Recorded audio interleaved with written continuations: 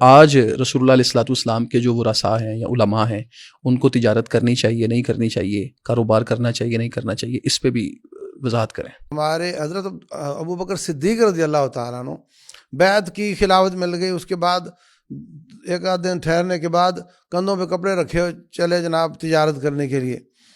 تو عمر بن خطاب کہتے ہیں جی کدھر؟ کہا جی میں بچوں کا پیٹ نہیں پالنا میں نے۔ صحیح۔ تو کہنے لگے کہ اتنی بڑی سلطنت ہے، اس کو سنبھالنا فل ٹائم کام ہے، اس فل ٹائم جاب ہے، اس لیے آپ یہ کام نہ کریں، ہم بیت المال سے آپ کا وظیفہ لگا دیتے ہیں۔ ٹھیک۔ تو یہ میرے علم میں پہلا شخص ہے جس کا جو فل ٹائم جاب پہ مستقل وظیفے پہ کام کرنے لگے ہیں۔ عہد نبوت میں جو تھے وہ مطلب نہ کوئی جج تھا کہ جس کا وظیفہ جاتا ہو، نہ پولیس والا تھا، نہ کوئی پروفیسر تھا، نہ کوئی ٹریفک والے تھے، کوئی بھی نہیں ایسا تھا کہ جس کا وظیفہ بیت المال سے مستقل طور پہ جاتا ہو۔ ٹھیک۔ لوگ طالب علم تھے، لوگ جاب کرتے تھے، پڑھا جو ان کو بھیجا جاتا تھا، ہاں جو گورنر بنا کر بھیج دیے گئے ان کا وہ چلتا تھا وہاں، لیکن جو عام لوگ تھے، ساتھی تھے، وہ اپنا اپنا کام ہی کرتے تھے۔ اب ساری امت میں افضل ترین شخص ابو بکر صدیق رضی اللہ تعالیٰ عنہ، وہ اگر بیت المال سے وظیفہ نہیں لے رہے تو اب اور کون ہوگا سوائے ان کے جن کو آپ نے والی بنا کر کہیں بھیج دیا ہے تو وہ کرتے ہوں گے۔ صحیح۔ تو اگر کسی زمانے میں دعوت عام ہو چکی ہو، اسلام غالب ہو چکا ہو، تو اب جہاد اور دعوت والنٹریلی کرنے کا موقع ہو، رضا کرانا تو وہ لوگ کرتے تھے، اور جب آواز آئی چلے گئے۔ تو نہ اس وقت مستقل فوج تھی، نہ مستقل دائی اس طرح وظیفے پر ہوتے تھے، تو اس وقت تو اس طرح چل جاتا ہے کہ آپ تجارت بھی کر لیں اور ساتھ ساتھ دین کا کام بھی کر لیں۔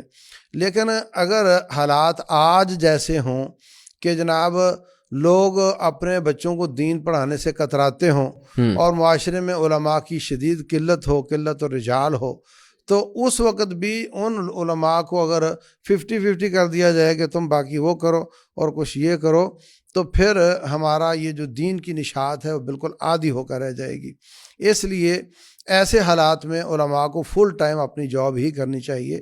لیکن اگر جیسے ہمارا امام مسجد ہے، صبح سے ظہر تک اس کے پاس کوئی خاص کام نہیں ہے، تو ایسے موقع پر اگر کوئی پارٹ ٹائم جاب شروع کر لیتا ہے صبح سے ظہر تک، اور پھر ایک نماز پڑھانی ہے، پھر وہ فارغ ہیں، تو یہ اپریشیٹڈ ہے، اس کو کرنا چاہیے ایسا۔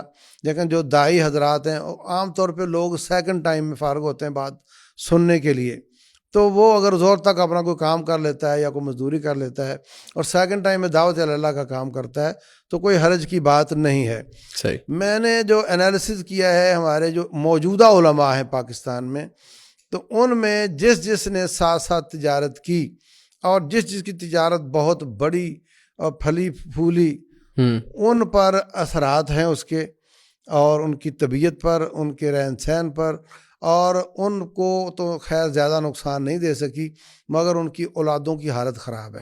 اچھا۔ کسی کی برطانیہ میں ہے، کسی کی جرمنی میں ہے، سمجھے نہیں، اور کئی داڑھی چھیل رہے ہیں، اور جو تھا ان سے ان کے والد کے حساب سے جو توقع تھی نا کہ یہ اس گھر سے بڑے پھول نکلیں گے اور بہت چمک نکلے گی اور پورے معاشرے میں پھیلے گی اور باپ کی وراثت کو سنبھال سکے گا، وہ شکلیں ہمیں نظر نہیں آتی۔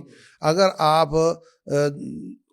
ویسے اڑتی نظر ہی غور کر لیں گے نا تو آپ کو اس طرح نظر آئے گا کہ وہ پیسہ جب آیا ہے تو انہوں نے ان کا نقصان کیا ہے، اور اگر وہ پیسہ ان کے پاس نہیں ہوتا تو زیادہ توقع تھی کہ وہ سارے دین پڑھتے اور وہ زیادہ اسی طرح دین کی خدمت کرتے جس طرح والد محترم نے کی ہے۔ تو اس زاویے کو بھی دیکھنا چاہیے، اور اس زاویے کو بھی دیکھنا چاہیے کہ دعوت اللہ کے کاموں میں وہ تجارت رکاوٹ نہ ہو۔